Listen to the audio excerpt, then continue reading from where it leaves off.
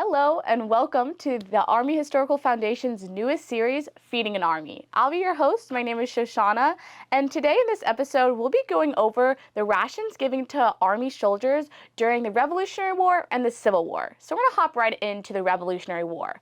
Now, I want you all to stay tuned towards the end of this episode because me and a special guest will be trying some of these foods from that era. Now, during the Revolutionary War, in November of 1775, the Continental Congress issued a list of what rations to be given to the American soldiers. Now, that would have been a pound of meat, either beef or pork, per day, along with a pound of flour or bread. Now, they'd also receive a pint of milk and a quart of spruce beer. Then weekly, they would receive about 3 pints of veggies that might have been peas or beans or carrots, and then also a little bit of molasses and half a pint of rice. Now that's what they were supposed to receive. Now in actuality, they rarely received those numbers. If they did receive the food, it would have been in much smaller quantities than what I just listed. So again, what we're going to be talking about is going to be what was supposed to be given, just for the sake of education. But keep in mind, a lot of the time these soldiers had to go out and forage for food or find some other way to get the nourishment that they needed. Now moving on to the utensils used during the war. Now, their main cooking utensil would have been a large tin stock pot, and this could have been used to make things like stews and soups. Now, that's the most important because these are the most effective types of foods for soldiers. That's because they keep the nourishment, they keep the nutrients needed. Now, as well, there would have been about 1 tin stock pot per every 6 men, and about 1 wooden bowl per every 3 men. So this is what a wooden bowl would have looked like. As well, there would have been eating utensils. Forks were less common. Spoons, either made out of metal or horn, would have been a little bit more common. As well, tin cups were sometimes given out, but like the forks, they would have been a little bit more rare. Now moving on to that spruce spear. That spruce spear was given to the soldiers as a way to prevent scurvy because it provided the necessary vitamin C. Now, we're not going to be trying that spruce spear here today, but if you're curious to see what it tastes like, it tastes pretty similar to a modern-day IPA, one that maybe has more hops to get that real pine needly taste. Now, we're going to move on to the tasting section of today's video. I'd like to invite a special guest, Brent Feito, who is the Manager of Historical Experiences here at the Army Historical Foundation. And we're going to be trying some of the foods that you see before us. Welcome, Brent.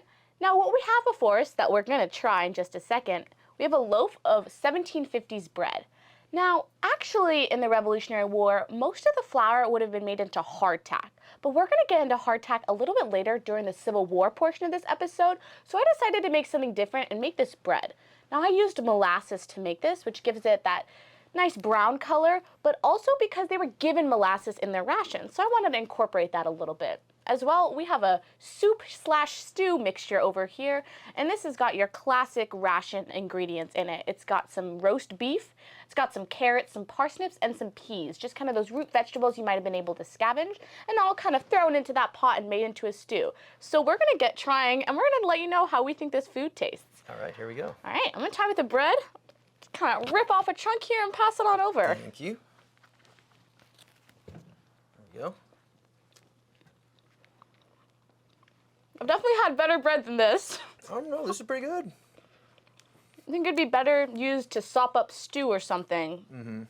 It's a little flavorless. It's not very salty, but it's got a little sweetness because of the molasses. It's good.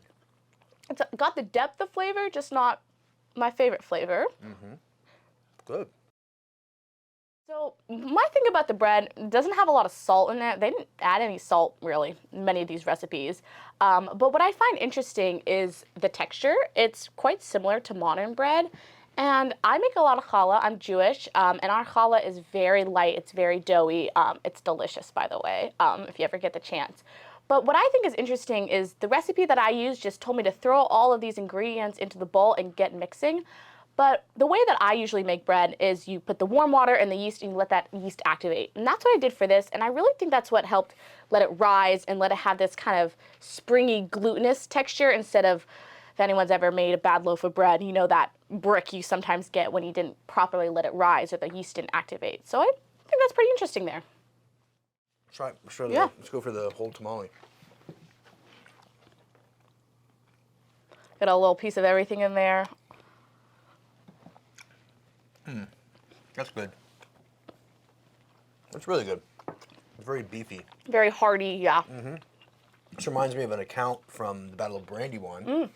There was an artilleryman named Joseph Nagel who said that during the beginning of the battle in the morning, they hadn't been issued food for 3 days. They found beef tongue and potatoes and put them together into a stew. And right before their stew was ready, a British cannonball came in and destroyed their stew pot and their fire, and they didn't get any stew. That's pretty unfortunate there. So cold stew is better than Jason Nagel's stew. Yeah. Well, I'd say that's pretty good. All right, we're going to move right on over to the Civil War portion of this episode. All right, now we're flashing forward about 90 years. And from the years between 1860 and 1861, Congress is going to bulk up the rations. So now the flour is about 22 ounces along with 20 ounces of beef. We're also going to have 2.4 ounces of sugar. Now keep that sugar in mind. It's going to be important a little bit later. There's also going to be 7 ounces of potatoes and 0.045 ounces of yeast along with 0.04 ounces of pepper. And then there's going to be 1.6 ounces of coffee. Now the coffee is really what's going to be important here. Coffee is going to become the driving factor behind the Union Army during the Civil War. And each soldier is going to receive 36 pounds of coffee per year through their rations. Now that's a lot of coffee, and it's important to talk about because that's really what's going to help with the morale, what's going to help these soldiers keep going. Now, if we look at the flip side of the coffee here, on the Confederate side, coffee is going to be a lot harder to get to. And during the beginning stages of the war, when Confederate soldiers were still getting coffee in their rations, they're going to start to fill them with things like rye and sweet potatoes. Now, what they are going to receive potentially is tobacco. Now, what's going to happen is there's going to be some cross-conflict trades happening where maybe not so formal truces are going to be made between Union soldiers and Confederate soldiers. They're going to meet up and exchange coffee for tobacco so that each soldier is getting what they don't have. And on the other hand, these Confederate soldiers might make some fake coffees, and these can be crazy things like dandelions, acorns, rye, all sorts of things, chicory, asparagus, and even cotton seeds. Now, while all these sources might say that they tasted just like coffee, they didn't taste like coffee so much.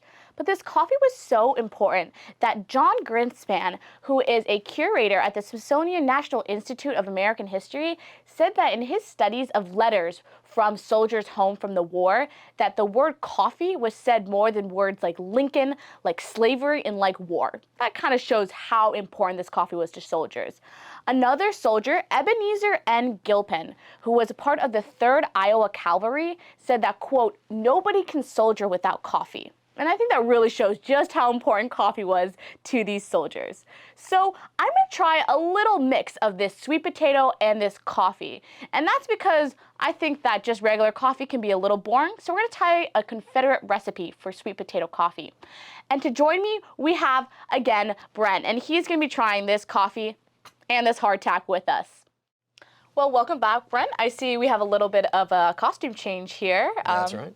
Want to tell us a little bit about what you're wearing? Sure. I am wearing the uniform of an enlisted man in the Union Army.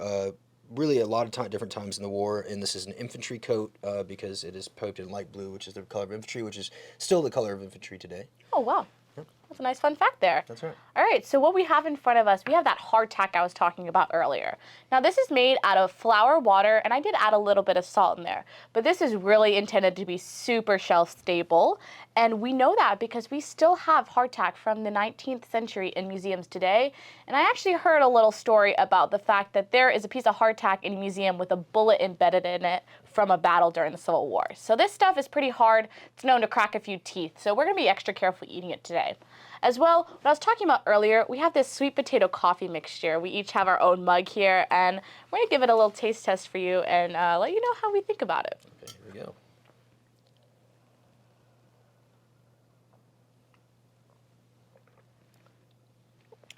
It tastes like coffee mixed with sweet potatoes. That is not nearly as bad as I thought it would be. But it's not bad at all. It's quite good. It's sweet. I added a little bit of sugar to mine, but it's sweet, I think, just from the sweet potatoes themselves. But you can tell the sweet potato is more like tea. Yeah. You know, like it's not it's that like strong. It does taste like a coffee tea mixture. I drink that again. Yeah, actually. So with the hardtack, It's we're gonna do a little bit of a pretty hard. So we're gonna be a little careful biting into this. Another good idea, the soldiers would soak this in their coffee. I'll try it.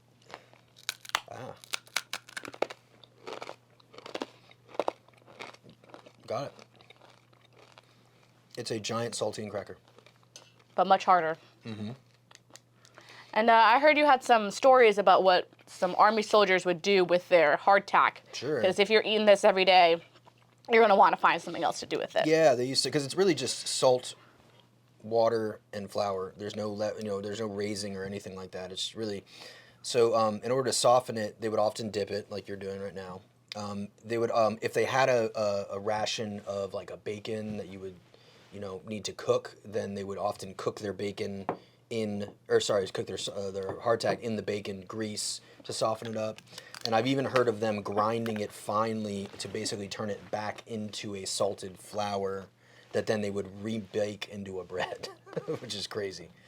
So even like it's almost like a flour, brick.